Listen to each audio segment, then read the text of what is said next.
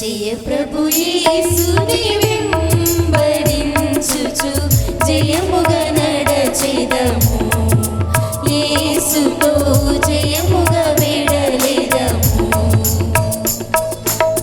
జయ ప్రభు యేసుని వెంబడించుచు జయముగా నడచెదము యేసుతో జయముగా వెడలెదము ప్రియుడగు యేసుని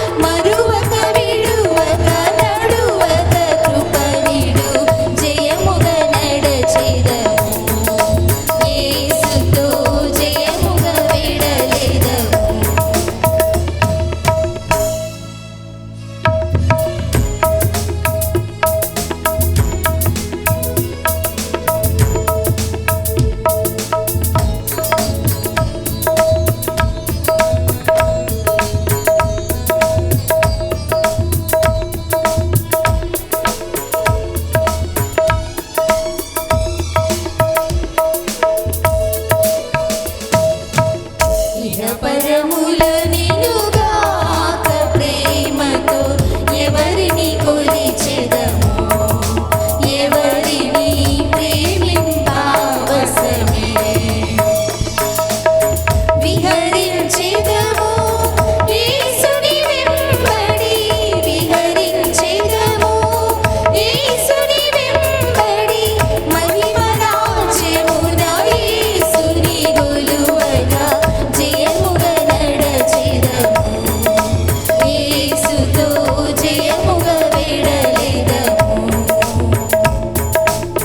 జయ ప్రభు యేసుని వెంబడించుచు జయముగా నడచెదము యేసుతో జయముగా వెడలెదము ప్రియుడగు యేసుని ప్రేమను చవిగొని ప్రియుడగు యేసుని ప్రేమను చవిగొని పయనము చేసెదమా ప్రభు వెంబడి జయముగా నడచెదము యేసుతో జయముగా వెడలెదము యేసుతో జయముగా నడచెదము యేసుతో జయముగా వెడలెదము చేసుకున్న విధానం కొరకై వందనములు చెల్లిస్తున్నాం. ఈ మట్టుకు సహాయం చేసిన ఎబినేజరే ఎక్కడ జరుగుతున్న కార్యక్రమం అంతట్లో కూడా మీ కృప కలిగిన హస్తం తోడుగా ఉంచి సమస్తము మీ నామానికి మహిమకరంగా సంఘమునకు ఆశీర్వాదకరంగా చేరి ఉన్న వారి ఆత్మలకు దీవెనకరంగా జరిగించుకోమని యేసుక్రీస్తు ప్రభు నామమున ప్రార్థించి వేడుకొంచున్నాం తండ్రి. ఆమేన్. అబ్రహాము దేవుడవు, ఇస్సాకు దేవుడవు, యాకోబు దేవుడవు, నాకు చాలిన దేవుడవు యేసయ్యా, నా యేసయ్యా, యేసయ్యా, నా యేసయ్యా, యేసయ్యా, నా యేసయ్యా, యేసయ్యా, నా యేసయ్యా, యేసయ్యా, నా యేసయ్యా, యేసయ్యా, నా యేసయ్యా. అబ్రహాము దేవుడవు, ఇస్సాకు దేవుడవు, యాకోబు దేవుడవు, నాకు చాలిన దేవుడవు యేసయ్యా, నా యేసయ్యా, యేసయ్యా, నా యేసయ్యా.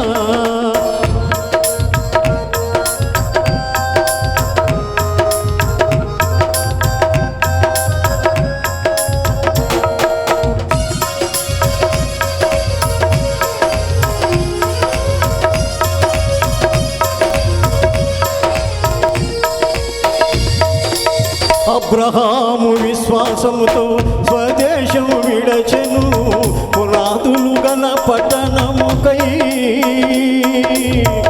వేచి జీవించెను.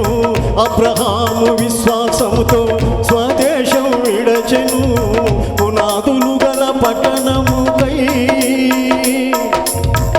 వేచి జీవించెను.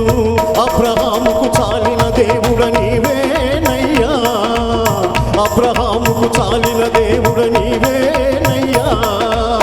అబ్రహాము దేవుడా, ఇస్సాకు దేవుడా, యాకోబు దేవుడా, నాకు చాలిన దేవుడా యేసయ్యా, నా యేసయ్యా, యేసయ్యా, నా యేసయ్యా, యేసయ్యా, నా యేసయ్యా, యేసయ్యా, నా యేసయ్యా.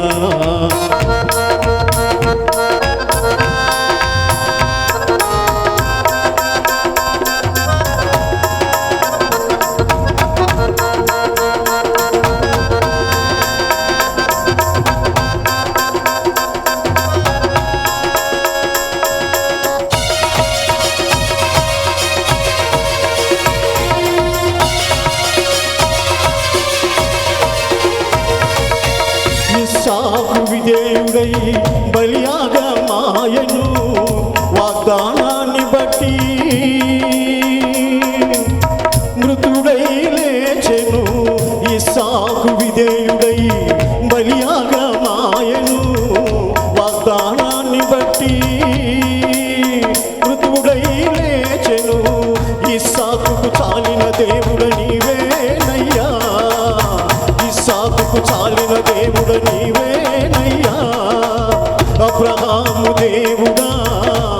ఇస్సాకు దేవుడా యాకోబు దేవుడా నాకు చాలిన దేవుడా యేసయ్యా నా యేసయ్యా యేసయ్యా నా యేసయ్యా యేసయ్యా నా యేసయ్యా యేసయ్యా నా యేసయ్యా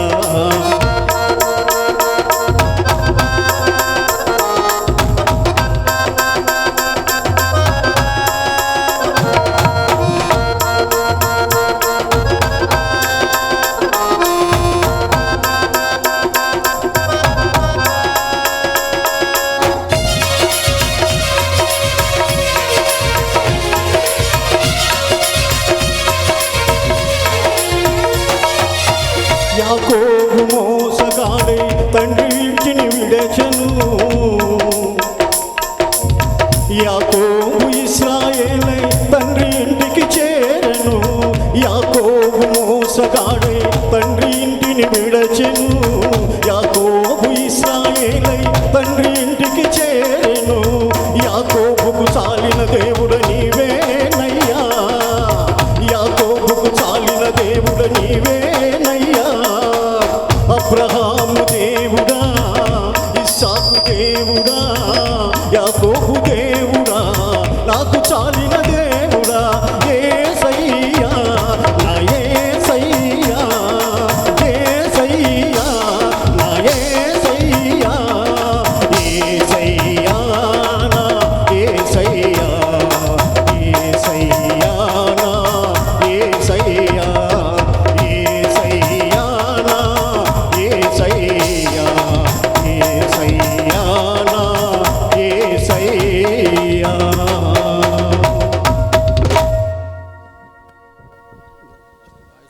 దేవుని పరిశుద్ధ నామమునకు స్తోత్రం కలుగును గాక. మన మధ్య దైవజనులు కొంతమంది ఉన్నారు, వారిని ప్రభు నామమున ఆహ్వానిస్తూ ఉన్నాను. దయచేసి వారు వేదిక మీదకి రావాల్సిందిగా కోరుతున్నాను. దైవజనులు గాబ్రియేల్ గారు, పరిశుద్ధరావు గారు ఈరోజు వారి సాక్ష్యాన్ని మనతో పంచుకోవడానికి glorious agape prayer house YSR Nagar ప్రాంతంలో పరిచర్య చేస్తున్నటువంటి దైవజనులు మోషే గారు, అలాగే రెవరెండ్ డాక్టర్ ఎం థామస్ రాజు గారు, శ్రీ ఎల్ విజయ్ కుమార్ గారు, దయచేసి పేరు చెప్పబడిన దైవజనులందరూ కూడా వేదిక మీదకి రావాల్సిందిగా కోరుతున్నాను.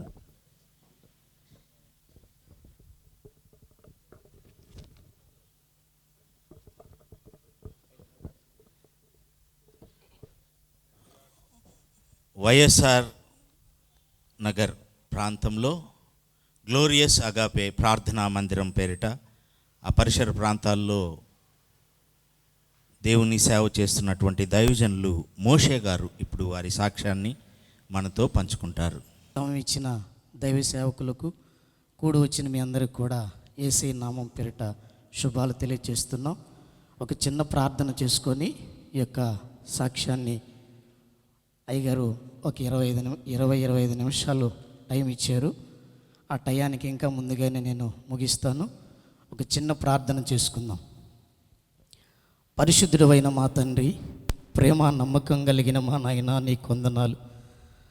నశించిన దానిని వెతికి రక్షించుటకు మనిషి కుమారుడు ఈ లోకానికి వచ్చిన నా దేవా, ఘోర పాపినైనా క్షమించే హృదయము కలిగిన నా యేసయ్య, నీకు వందనాలు, స్తుతులు స్తోత్రాలు చెల్లిస్తున్నాము. ఇప్పుడు మట్టికి మట్టిగా మారవలసిన నా జీవితంలో నాయన ఇంక బ్రతికే లేక భయానకమైన స్థితిలో ఉన్న నన్ను కాపాడి రక్షించి నాయన నాకు ఆయుష్ని ఆరోగ్యాన్ని ఇచ్చి ఈరోజు ఇక్కడ నిలబెట్టేవంటే కేవలము నీ దయ తండ్రి.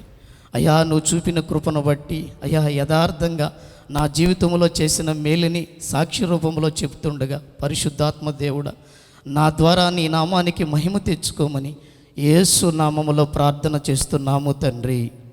హల్లెలూయా. మంచిది. ఇప్పుడు ప్రస్తుతానికి వైఎస్ఆర్ నగర్లో గ్లోరియస్ అగాపే చర్చి దేవుని కృపను బట్టి ప్రారంభించి 7 సంవత్సరాలైంది. చక్కగా పరిచర్య జరుగుతుంది. దాన్ని బట్టి దేవుడికి మహిమ కలుగునుగాక. మా సొంత ఊరు చింతోపు టీపీ గూడూరు మండలం, నెల్లూరు జిల్లా. అయితే నా బాల్యము నుండి కొద్ది మాటలు నా యవ్వన ప్రాయముకు వచ్చిన తర్వాత నేను ఏ విధంగా బ్రతికానో, ఏ విధంగా దేవుణ్ణి తెలుసుకున్నానో అనేది నేను ఇప్పుడు మీకు తెలియచేస్తాను. మా నాన్నగారికి ఫస్ట్ టైం మ్యారేజ్ అయ్యి కొంతమంది పిల్లలకు తర్వాత మా అమ్మని రెండో పెళ్లి చేసుకున్నాడు. ఎప్పుడైతే మా అమ్మగారిని మా నాన్న రెండో పెళ్లి చేసుకున్నాడో ఇంట్లో మా నాన్నకి శోధనలు ఎక్కువయ్యాయి. అయ్యా, నీకు భార్య ఉండి పిల్లలుంటే మళ్ళీ ఎందుకు పెళ్లి చేసుకున్నావని ఆయన తరపు బంధువులు ఎంతగానో ఆయన్ని ఇబ్బంది పెట్టినందువల్ల మా అమ్మని చూడటం ఆపేశాడు. మా అమ్మను చూడటం ఆపేసినప్పుడు మా అమ్మగారు ఎంతో కష్టపడి పనికి వెళ్ళి పోషించబడుతూ ఉండేది. అటువంటి సందర్భంలో ఫస్ట్ మా అన్న జన్మించాడు, తర్వాత నేను మా అమ్మగారికి జన్మించాను. ఆ విధంగా జాగుతున్నప్పుడు తినేదానికి తిండి ఉండేది లేదు, కట్టుకునేదానికి బట్ట ఉండేది లేదు. భయానకమైన స్థితుల్లో ఉన్నాం. మా అన్న అంత పిల్లవాడు. నాకు అన్నం లేక కొద్దిగా పాలు అక్కడ ఇక్కడ అడుక్కొని ఇస్తే ఆ పాల డబ్బా నాకు ఇచ్చేది. మా అమ్మ పనికి వెళ్ళి వస్తేనే మాకు ఆహారం ఉండేది. ఆ విధంగా ఎంతో కష్టపడింది మా అమ్మ. ఒక ఉన్నతమైన కులంలో పుట్టి గొప్పగా పోషించబడుతున్నామి. మా నాన్నను నమ్ముకొని ఎప్పుడైతే వచ్చేసిందో ఇక్కడ అయిన వాళ్ళు రాని లేదు, ఇక్కడ ఇళ్ళు చేరదీక భయానకమైన స్థితిలో ఎన్నో కష్టాలు పడుతూ మమ్మల్ని పనికి వెళ్ళి పోషిస్తూ ఉండేది. ఇంత స్థితిలో మా అన్న ఉన్నప్పుడు పొట్టకు నన్ను కరిపించుకొని ఆ ఉన్న కొద్ది పాలిచ్చి మా అమ్మ సాయంకాలం వచ్చిందాక కూడా పట్టుకొని ఉండేది. నాకు ఆ పాలు దాపిచ్చి మా అన్న ఆకలికి పశువులు తాగేసి వెళ్ళిపోతాయి కదా, తొట్టి కుడి తొట్టి అంటారు. యేసుప్రభు జన్మించిన ఆయన పరుండు పెట్టిన తొట్టి, అదే రీతిగా పశువులు దాగి వెళ్ళిపోయిన తొట్టులో లాస్ట్ మిగిలిన అన్నం తిని మా అన్న కొన్ని నెలలు బ్రతికాడు. ఆ విధంగా మా జీవితం ముందుకు వెళ్ళేది. అయితే మేము ఎదుగుతున్నప్పుడు మా అమ్మగారిని ఒక మాట అన్నారు. అమ్మ రాజమ్మ, నువ్వు ఎంతో చక్కగా కష్టపడి నీ బిడ్డల్ని పోషిస్తున్నావు, నీ బిడ్డలు నీకు ఎదగతారమ్మా, నీకు ఇంక ఇబ్బంది లేదు, మంచిగా నువ్వు కుటుంబాన్ని ముందుకు నెట్టుకొస్తున్నావు, నీ భర్త నీకు ఆదరవు లేకపోయినా కష్టపడి నీ బిడ్డలను పోషిస్తున్నావమ్మా, నువ్వు మంచిదానివి, నీ బిడ్డలు మంచోళ్ళని చెప్పినప్పుడు మా తల్లిగారు ఎంతో సంతోషపడ్డారు. ఆ విధంగా ముందుకు వెళుతున్న తర్వాత పెరిగి కాస్త పెద్దవాడినయ్యి యవ్వన ప్రాయములోకి వచ్చాను. ఎప్పుడైతే యవ్వన ప్రాయములోకి వచ్చానో లేనిపోని అలవాట్లన్నీ నాకు వంటబట్టాయి. ఏ అలవాట్ల జోలికైతే వెళ్ళకూడదో, ఏట్ల జోలికి వెళితే కాపురం రోడ్డున పడిపోద్దో, ఏట్ల జోలికి వెళితే మన ఆస్తులన్నీ కరిగిపోతాయో, ఏట్ల జోలికి వెళితే మన ఊర్లో మన పరువు పోద్దో, ఏట్ల జోలికి వెళితే మనం రోడ్ల మీద పడిపోతామో, ఆ అలవాట్లన్నీ క్రమేణా నాకు వచ్చి మా అన్న చెప్పిన మాట వినేవాడు. అతను పనికి వెళ్ళి మా అమ్మకి సహాయంగా ఉండేవాడు. నేనైతే ఒక్క మాట అమ్మ మాట వినేవాడిని కాదు, నా ఇష్టానుసారంగా తిరుగుతూ ఇష్టానుసారమైన జీవితం అలవాటు అయిపోయింది. ఎప్పుడైతే యవనపాయంలోకి వచ్చి భయంకరమైన తాగుడు, భయంకరమైన తిరుగుడులోకి నేను ఎప్పుడైతే వెళ్ళిపోయానో అప్పుడు ఎంతో తిరుగుతూ ఎంతో తాగుతూ స్నేహితులు ఎక్కువైపోయారు. ఎంత సంపాదించినా కూడా ఇంట్లో రూపాయి ఇచ్చేవాడిని కాదు, అంత తాగుడికి తిరుగుడికి ఖర్చు పెట్టేది. అమ్మొచ్చి, నాయనా ఎందుకు నాయనా ఈ పరిస్థితి, చిన్నప్పుడే బాగుండేవు, నువ్వు ఇంట్లో రూపాయి ఇవ్వు, ఇల్లెట్ట పోషించబడాలా అంటే, ఏమో నాకు తెలియదు, నన్ను కన్నావు కదా నువ్వే పోషించు అని అడిగాను. కానీ ఏ రోజు కూడా తల్లి కడుపు కాల్చింది లేదు. ఆమె కడుపు కాల్చుకునైనా మాకు ఆహారం పెట్టింది. హల్లెలూయా. ఆ విధంగా వెళుతున్న జీవితంలో ఇంకా ఆ వ్యసనాల్లోకి ఎప్పుడైతే నేను వెళ్ళానో ఇంకా ఆ వ్యసనాలు నన్ను పట్టుకున్నాయి. ఇంకా గట్టిగా పట్టుకోవటంలో ఇంకా విపరీతమైన స్నేహితులు అయిపోయారు. ఒక్కరోజుకు 2000, ఆ రోజుల్లోనే ఒక 10-12 ఏళ్ళ క్రితం రోజుకు 2000, 3000 రూపాయలు తాగేసే వ్యక్తిని, ఇంట్లో రూపాయి ఇచ్చేది లేదు, భయంకరంగా ఉన్న స్థితుల్లో తాగుడు తిరుగుడు తప్ప రెండోది తెలియకుండా బ్రతుకుతున్న ఆ స్థితిలో ఉన్నప్పుడు మా ఇంటి వెనకాల ఒక మాంత్రికుడు ఉండేవాడు. మంత్రాలు చేసేవాడు, చేతబడులు చేసేవాడు. ఆయనకి మాకు కొద్ది తెగులు పడిపోయినాయి.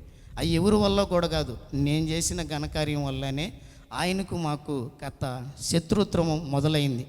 ఎప్పుడైతే ఆయనకు మాకు విరోధమైందో ఆయన ఏం చేశాడంటే, ఈడు నా మీదకే వస్తాడా, వీడు ఈ విధంగా ప్రవర్తిస్తున్నాడు, ఎప్పుడు తాగి మాట్లాడతాడు, అదేమంటే కొట్టేదానికి పైకి వస్తాడు, ఈయన్నిట్టు కాదు, ఈయన ఏదో ఒక రూపంలో చంపేయాలని ఆయన ఇంకొక ఆయన ఇరువురు కలిసి కూడా నాకు చేతబడి చేశారండి. నాకు చేతబడి చేశారు. నాకు చేతబడి చేశారని తెలిసిందంటే, అమావాస్య రోజు పనుకుంటే నల్ల రూపంతో కనబడేది, ఉదయం లేసే తాలికల్లా ఒళ్ళంతా నీరసంగా అయిపోయేది. ఆ కళ్ళ ఒక బొమ్మకి సూదులు గుచ్చుతున్నట్టు కనబడుతూ ఉండేది. భయానకమైన పరిస్థితి. ఎప్పుడైతే ఈ చేతబడి క్రియ నా మీద మొదలైందో అక్కడి నుంచి నా తలకాయ పనిచేయడం పూర్తిగా ఆగిపోయింది.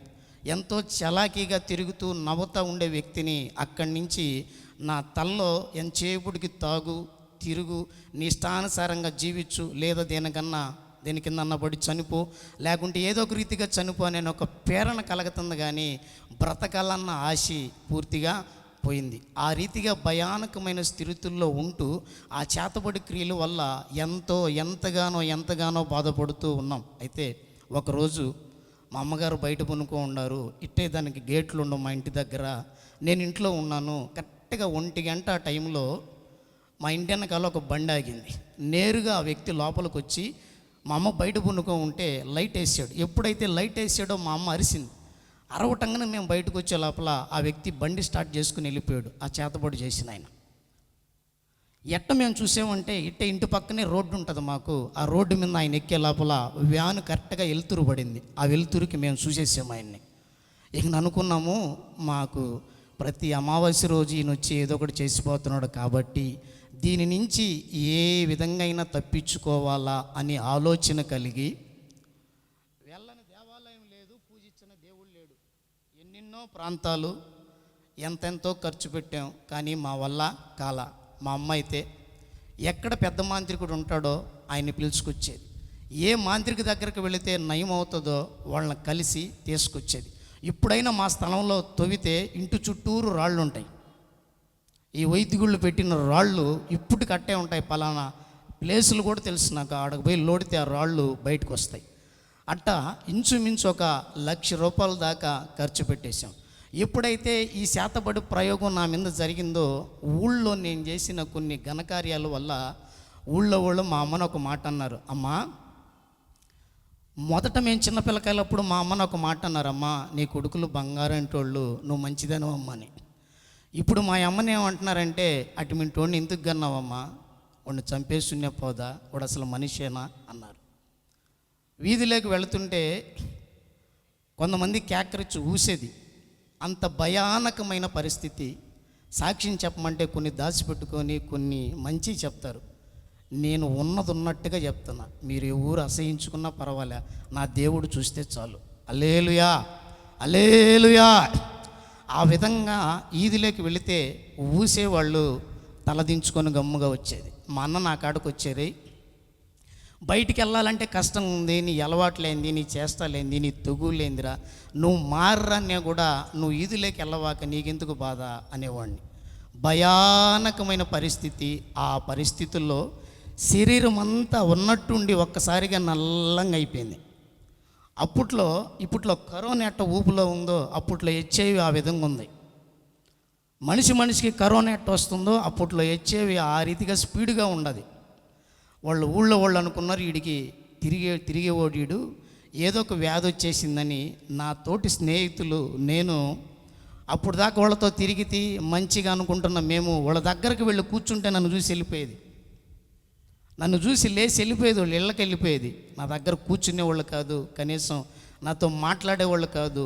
ఊర్లో అన్నారు, ఇంక వీడు బ్రతుకు అయిపోయింది, వీడు తాగిన తాగుడికి తిరిగిన తిరుగుడికి వీడు చచ్చిపోయే రోజు అమ్ముడు పడిపోయింది. నన్ను చూస్తే కొంతమంది ఎవరా నెల బ్రతుకుతావా 2 నెలలు బ్రతుకుతావా అనేవాళ్ళు. మా అమ్మ ఒక పక్క ఏడుస్తుండేది, నాయనా నీకెందుకురా ఈ బాధలని. అప్పుడు మా అమ్మకు ఒక ఆలోచన ఇచ్చారు. ఇదిగో వీడి కానీ పెళ్లి చేస్తే మారతాడమ్మా అని ఒక పేదింటి అమ్మాయిని తీసుకొచ్చి చేశారు. ఎక్కడైనా పెళ్లి చేసిన తర్వాత ఒక చదువు వల్ల వచ్చే ఇళ్ళాల వల్ల జీవితం మారుతుంది. నా జీవితము అప్పుడు దాకా సగం తాగేవాడిని ఫుల్ తాగటం మొదలుపెట్టా. ఏందిరా నాయన ఈ తాగుబోతు గోలంటామేమో. అదే ప్రపంచాన్ని ఇప్పుడు నాశనం చేస్తుండేది. సగం తాగేవాడిని ఫుల్ తాగటం మొదలుపెట్టాను.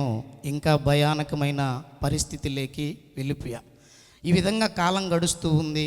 ఊళ్ళో మమ్మల్ని ఏ కార్యానికి పిలిచేవాళ్ళు కాదు, అంత మంచోడు అన్నమాట.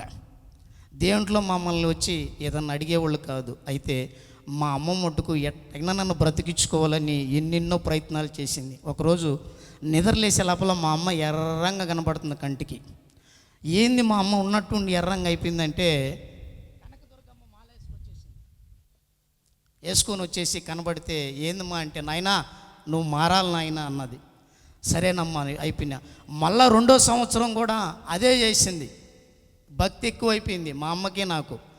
ఎట్టయినా సరే ఈ చేతబడి నుంచి తప్పించుకోవాలా, ఎట్టయినా సరే రక్షించబడాలని ఒక ఆలోచనలోకి వచ్చేసి మేము చేసే భక్తి అంత ఇంత కాదు, అంత ఇంత భక్తి కాదు. ఈ పక్క శ్రీశైలం నుంచి ఇట్ట కేరళ దాకా తిరగని గుడి లేదు, మొక్కని రికార్డ్ అవుతుందన్నా, మొక్కన దేవుడు లేడు, తిరగని గుడి లేదు, మొక్కన దేవుడు లేడు. మొత్తం మొత్తం మొత్తం కేరళ, చెన్నై, మొత్తం మన నెల్లూరులో ఎన్ని ఉన్నాయో మొత్తం తిరిగేసాం.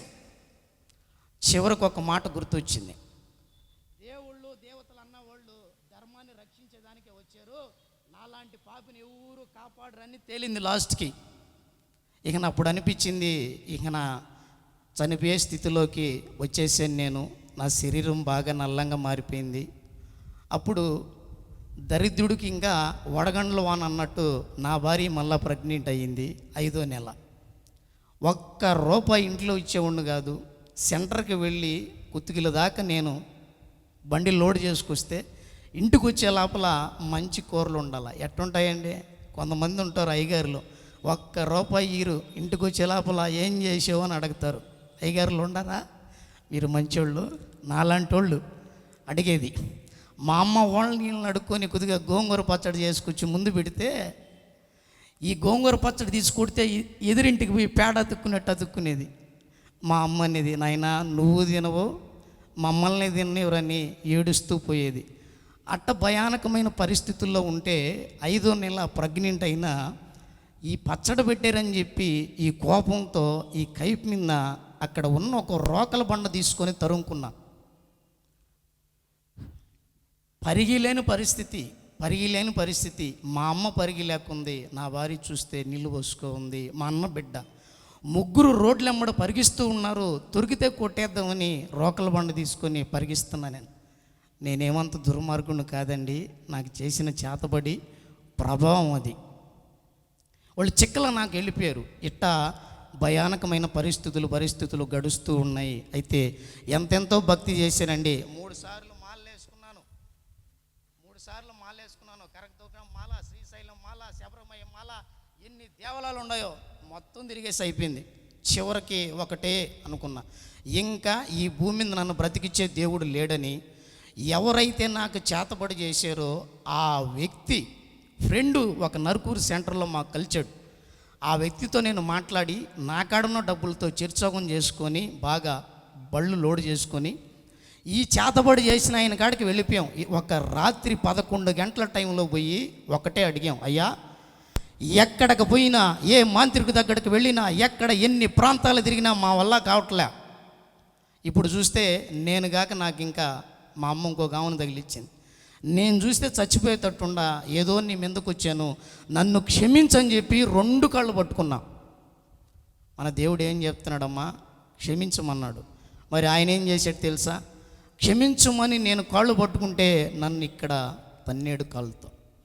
ఎప్పుడైతే ఆయన గట్టిగా కొట్టాడో వెనక్కి పిల్లేడుకుంటూ పడ్డా, ఎరగబడ్డా. అప్పుడు చిటికేసి ఒక మాట అన్నాడు, నా నుంచి ఎవరు నిన్ను కాపాడగలుగుతారో అక్కడికి పో అన్నాడు.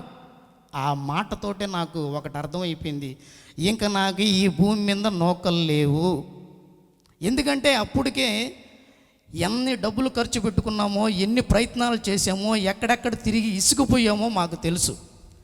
భయానకమైన పరిస్థితుల్లో అయిపోయి ఇంకా కరెక్ట్గా 10 రోజులు కానీ యేసుప్రభుని తెలుసుకోకపోతే యారికెప్పుడో చనిపోయి 10 సంవత్సరాలు అయిపోవాల్సింది.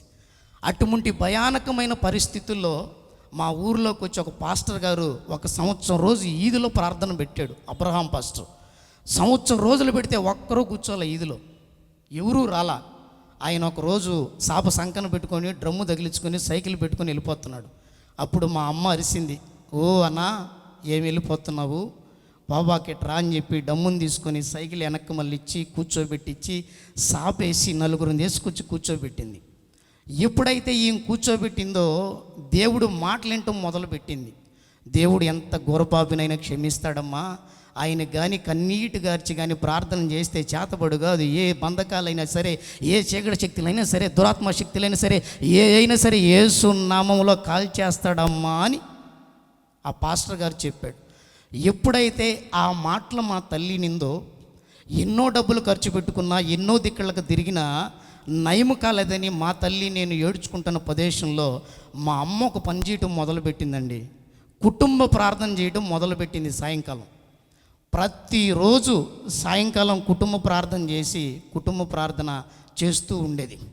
మా అన్న పిల్లకాయల్ని, మా ఆవిడిని, మా అమ్మ అందరూ కూర్చో ఉంటే నేను సెంటర్కి పోయి బండి లోడ్ చేసుకొచ్చి ఒక మంచం మీద పండుకుంటే నన్ను ఏమనలేక మా అమ్మగారు ఒక పాట పాడేది. ఎన్ని తలచినా ఏది అడిగినా జరిగేది నీ చిత్తమే ప్రభువా, జరిగేది నీ చిత్తమే, నీ వాక్కుకై ఏచియుంటిని, నా ప్రార్థన ఆలకించుమా ప్రభువా, నా ప్రార్థన ఆలకించుమా అని పాట పాడేదండి. అప్పుడు నేను నవ్వుకుంటుండేది. మా అమ్మేమో నన్ను చూసి ప్రభువుకు అప్పచెప్పేది.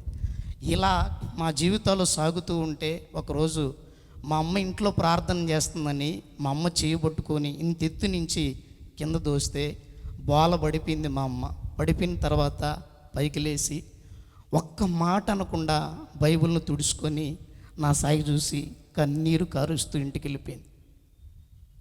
కన్నీరు కారుస్తూ ఇంటికి వెళ్ళిపోయి మా అమ్మ నా కోసం చేసిన పని ఏంటంటే ఒక్క రోజుకి 3 గంటలు కన్నీరు గార్చి ప్రార్థన చేసేది. చేస్తున్నారా తల్లులు అమ్మ మీ బిడ్డల కోసం? ఒక్క రోజుకి మా అమ్మ, అయ్యా నా బిడ్డను మార్చయ్యా, నా బిడ్డను బ్రతికిచ్చయ్యా, ఈ భయంకరమైన శాతపడు నుంచి, పాపము నుంచి, వ్యసనాల నుంచి నా బిడ్డను విడిపించాయని ఒక్క రోజుకి 3 గంటలు ప్రార్థన చేయటం మొదలుపెట్టింది. ఎప్పుడైతే ఈ 3 గంటల ప్రార్థన మా అమ్మ చేయటం మొదలుపెట్టిందో, ఎప్పుడైతే ఈ కుటుంబ ప్రార్థన అనేది మా జీవితంలోకి వచ్చిందో క్రమేణా కొద్దిగా గొప్పలో మార్పు మాలో కలిగింది. ఆ చేతబడి చేసిన మాంత్రికుడు ప్రతి అమావాస్యకి మా మీద ప్రయోగం చేస్తూనే ఉన్నాడు. ఎక్కడికి వెళ్ళినా కూడా మాకు విడుదల లేని పరిస్థితి. అటువంటి టయాల్లో యేసుప్రభుని తెలుసుకొని మా అమ్మ ప్రార్థన చేస్తూ ఎంతో అంగలారుస్తూ కన్నీరు కారుస్తున్న సందర్భాల్లో, ఇదిగో పలానా కాక్టూరులో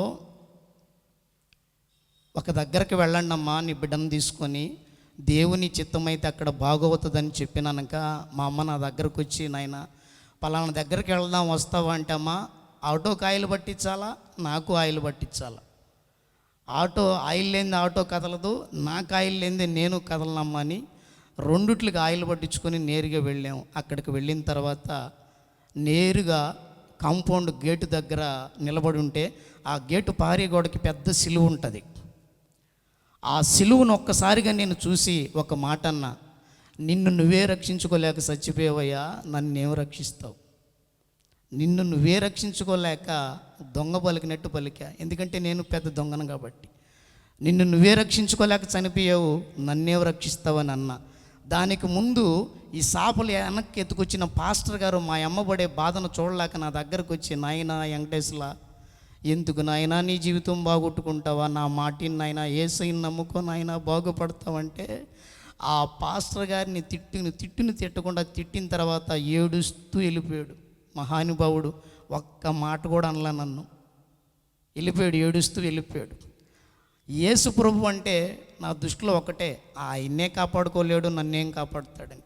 ఎందుకని నా మనసులో అది పేరుకోపోయిందంటే, నేను చేసిన భక్తి అంతా ఇంత భక్తి కాదు.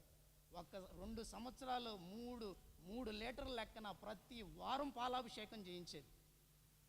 101 శరణాలు చదివేది, విఘ్నేశ్వర స్వామి మంత్రాలు, సుబ్రహ్మణ్య స్వామి మంత్రాలు, అయ్యప్ప స్వామి మంత్రాలు, ప్రతిదీ చేసేది.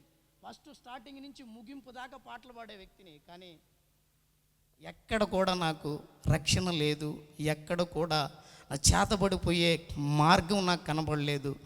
అందరు దేవుడులాగా యేసయ్య కూడా ఒక దేవుడే కదా అనుకొని గత ఒక 5 వారాలు మందిరానికి నడిచి 6వ వారం వెళ్ళినప్పుడు వాళ్ళు చెప్పారయ్యా, ఈరోజు నువ్వు మందిరంలో నిద్ర చెయ్యి అన్నారు. ఆ రాత్రి ఎప్పుడైతే వాళ్ళు ఆ రాత్రి చర్చిలో ఉండమని చెప్పారో, అయ్యా ఆ రాత్రి నేను చర్చిలో పొనుకున్న సందర్భంలో కరెక్ట్గా 3-4 గంటలు ఆ టైంలో నేను ఉన్న కిటికీలో నుంచి, ఎదురుగా ఉన్న కిటికీలో నుంచి 2 సూర్యకిరణాలు స్పీడ్గా వచ్చి నా కళ్ళల్లో పడ్డాయి. 2 కిరణాలు ఎప్పుడైతే ఎలుగొచ్చి నా కళ్ళల్లో పడిందో, 5 సంవత్సరాల క్రితం నా తెల్ల ఎట్టుండిందో అదే రీతిగా వచ్చేసింది నెమ్మది. అప్పుడు దాకా ఎన్ని దిక్కలు తిరిగినా, ఎన్ని ప్రయత్నాలు చేసినా, ఎన్ని డబ్బులు ఖర్చు పెట్టుకున్నా, ఎంత కష్టపడినా పాను చేతబడి ఒక్క ఎలుగుతో నా దేవుడు తీసేసాడు. హల్లెలూయా. నువ్వే రక్షించుకోలేకపోయావు, నన్నేం కాపాడుతావు అని నేను ఒకరోజు ఒక వాక్యం చదివితే గుండె పగిలిపోయింది. అట్నే, నేను పాపులనే పిలవ వచ్చి తిని కానీ నీతిమంతులను. ఆ మాట చదివినప్పుడు నాలాంటి పాపుల కోసం నువ్వు వచ్చావా ప్రభువా, నాలాంటి పాపిని నువ్వు రక్షిస్తావా ప్రభువా అని ఎంతో ఏడ్చాను. యథార్థంగా సాక్ష్యం చెప్పి ఆ రోజు నుంచి దేవుడిలో ఉండటం మొదలుపెట్టా. ఎన్నో కష్టాలండి. స్నానం చేసేదానికి 5 రూపాయలు సబ్బు లేక 3 రోజులు స్నానం చేయని పరిస్థితులు. నా బిడ్డను పెట్టుకొని మా అన్నోళ్ళు తరిమేశారు, మా అత్తోళ్ళు వదిలేశారు, నా అన్న వాళ్ళు ఎవరో పట్టుకోలేదు. రోడ్డుల మీద పడిపోయిన పరిస్థితి, భయానకమైన పరిస్థితులు. అయితే ఏ సందర్భంలో కూడా చెయ్యి విడవకుండా పట్టుకొని నేనున్నాను అన్న దేవుడు, ఏకైక దేవుడు యేసు ప్రభువు ఒక్కడే. హల్లెలూయా. ఎంతటి పడిన పరిస్థితి నుంచి అయినా, ఏ బంధకాల నుంచినైనా, తాగుడు నుంచినైనా, పాపము నుంచినైనా, ఏ దానినైనా విడిపించగలిగే శక్తి యేసయ్యకి ఒక్కడికే ఉంది. 100కి 100% చెప్తాను నేను, ఎందుకంటే అన్నీ చూసేసాను కాబట్టి. ఈ రీతిగా రక్షించబడి దేవుళ్ళకి వచ్చిన తర్వాత మా తల్లి ప్రార్థన అన్నీ పోగొట్టుకుని రోడ్ల మీద పడిన మేము ఈరోజు వైఎస్ఆర్ నగర్లో ఒక 40 మంది విశ్వాసులతో ఒక మందిరం కట్టుకొని ఆ రీతిగా దేవుడు పనిలో ముందుకు వెళుతూ ఉన్నాం. ఆ రీతిగా దేవుడు మమ్మల్ని పోషిస్తూ ఉన్నాడు. అయితే ఒక చిన్న మాట చెప్పి నేను ముగిచేస్తా, నాకు ఇచ్చిన టైం కూడా అయిపోయేసింది. ఏంటంటే, మా అమ్మ ఎంతో కష్టపడి కష్టం చేసి నన్ను మా అన్నను సాకింది. మా అన్న కృతజ్ఞత కలిగి మా అమ్మకు చేదోడుగా ఉన్నాడు. నేనైతే ఒక్కరోజు మా అమ్మకు ₹1 ఇచ్చినోడిని కాదు, కడుపు నిండా అన్నం పెట్టినోడిని అయితే అంతకన్నా కాదు, ఇంకా మా అమ్మను కొట్టినోడిని నేను. అయితే మా అమ్మ 2020లో ప్రభునందు నిద్రించింది, వెళ్ళిపోయింది.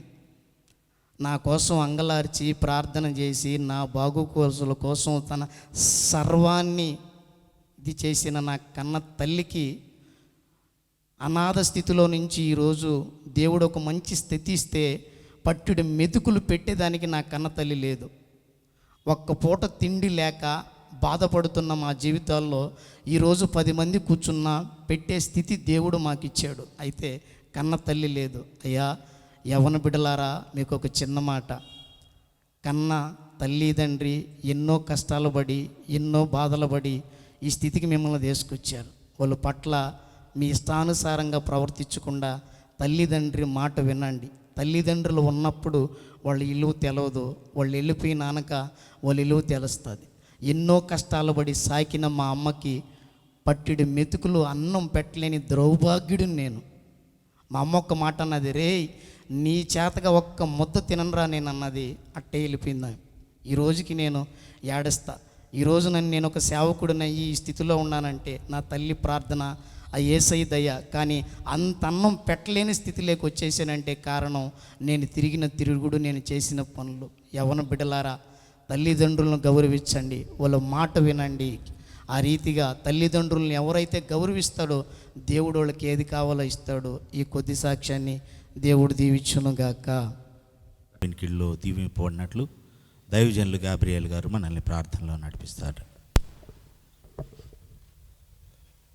ప్రేమ కలిగిన తండ్రి, పరిశుద్ధుడైన దేవ, అత్యున్నత సింహాసనం మీద ఆసనుడైన తండ్రి, మీకు వందనాలు, స్తోత్రములు నాయనా. చెప్పబడినటువంటి సాక్ష్యమును మీ నామ మహిమార్థంగా నా తండ్రి ఇన్న ప్రతి ఒక్కరు కూడా ప్రభా, అటువంటి యవనస్తులు కూడా ప్రభా మీరు జ్ఞాపకం చేసుకోండి. లోకములు ఎంతోమంది యవనస్తులు బలైపోతున్నారు. స్త్రీలు, పురుషులు నాశనకరమైన జగట ఊపులో ఉరిలో ఉన్నారు ప్రభా. వాళ్ళందరినీ జ్ఞాపకం చేసుకో, రక్షలేక నడిపించునైనా. ఈ ఆరాధన అంతట్లో కూడా ప్రారంభం నుంచి ముగింపు వరకు మీ పరిశుద్ధాత్మ నడిపించి అందరికి ఆశీర్వాదకరంగా దీవెనకరంగా నడిపించమని నజరుడైన యేసు నామములో అడుగుతున్నాము తండ్రి, ఆమేన్. మోజెస్ విజయ్ కుమార్ గారు దేవుని యొక్క వాక్యాన్ని చదివి వినిపిస్తారు. ఆ తర్వాత సహోదరి కిరణ్మయ్య గారు మనల్ని ఆరాధనలో నడిపిస్తారు.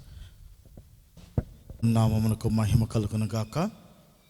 ఈ యొక్క సువార్త కూడికల కొరకు ఏర్పాటు చేయబడిన వాక్య భాగమును నూతన నిబంధన గ్రంథము నుండి మార్కు సువార్త 1వ అధ్యాయము 14-15 వచనాలను మనం చదువుకుందాం.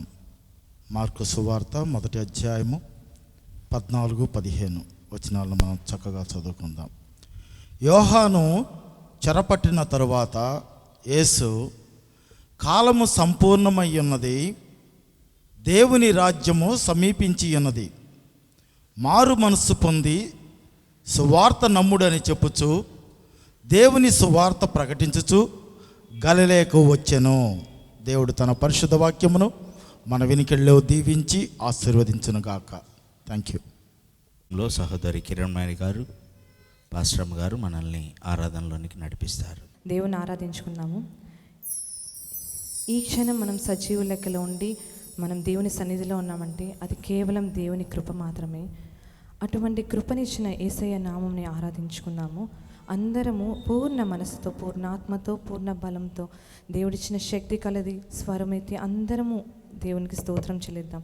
స్తోత్రం, స్తోత్రం, స్తోత్రం. యేసయ్యా నీకు స్తోత్రం నాయన. సజీవుడా నీకు స్తోత్రం నాయన. మరణం గెలిచిన యేసయ్యా నీకు స్తోత్రం నాయన. నానా నీకు స్తోత్రం, స్తోత్రం. అని నామం కన్నా పైనామమైన యేసయ్యా నీకు స్తోత్రం. అందరం బిగ్గరగా స్వరమెత్తి దేవుని ఆరాధించుకున్నామండి. స్తోత్రం, స్తోత్రం, స్తోత్రం. హల్లెలూయా, హల్లెలూయా, హల్లెలూయా. నీకే స్తోత్రమయ్యా తండ్రి దేవా, నీకు స్తోత్రమయ్యా. పరిశుద్ధుడా నీకు స్తోత్రమయ్యా. మహోన్నతుడా నీకు స్తోత్రమయ్యా. మహాగణుడా నీకు స్తోత్రమయ్యా. అద్వితీయుడా నీకు స్తోత్రం నాయన. కృపా సత్య సంపూర్ణుడా నీకు స్తోత్రం, స్తోత్రం, స్తోత్రం. హల్లెలూయా, హల్లెలూయా, హల్లెలూయా, హల్లెలూయా, హల్లెలూయా, హల్లెలూయా. యేసయ్యా నీకు స్తోత్రం చెల్లిస్తున్నాను ప్రభా. యేసయ్యా నీకు స్తోత్రం చెల్లిస్తున్నాను ప్రభా. యేసయ్యా నీకు స్తోత్రం చెల్లిస్తున్నాను ప్రభా. నీకు స్తోత్రం, స్తోత్రం, స్తోత్రం. హల్లెలూయా, హల్లెలూయా. పాపాల ఊబిలో పడియున్న నన్ను నీ ప్రేమతో నన్ను లేపావయ్యా. యేసయ్యా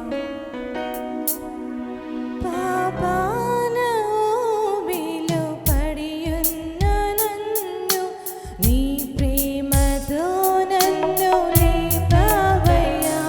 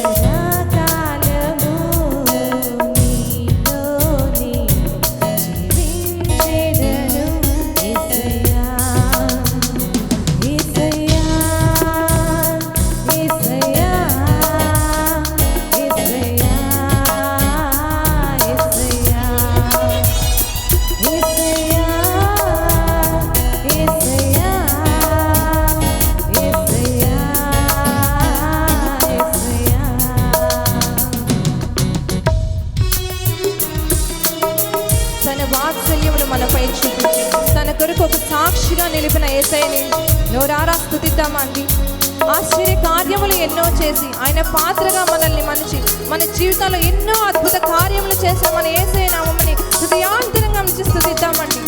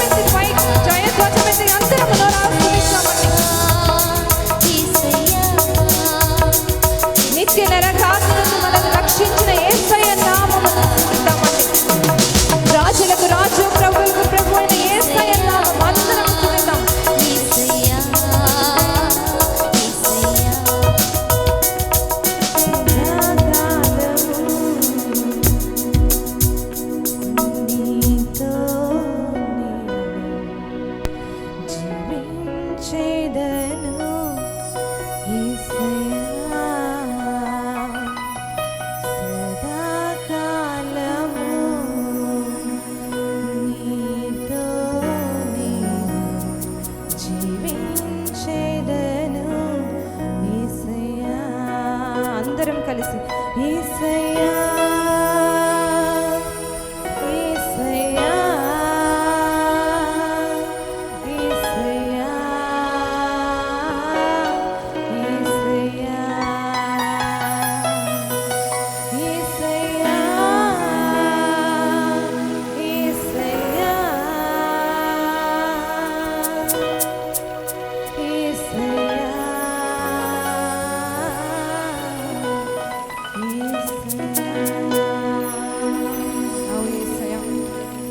పాపాల ఊబిలో ఉన్న మమ్మల్ని పైకి లేదుపనెత్తిన యేసయ్యా నీకు స్తోత్రం నాయన.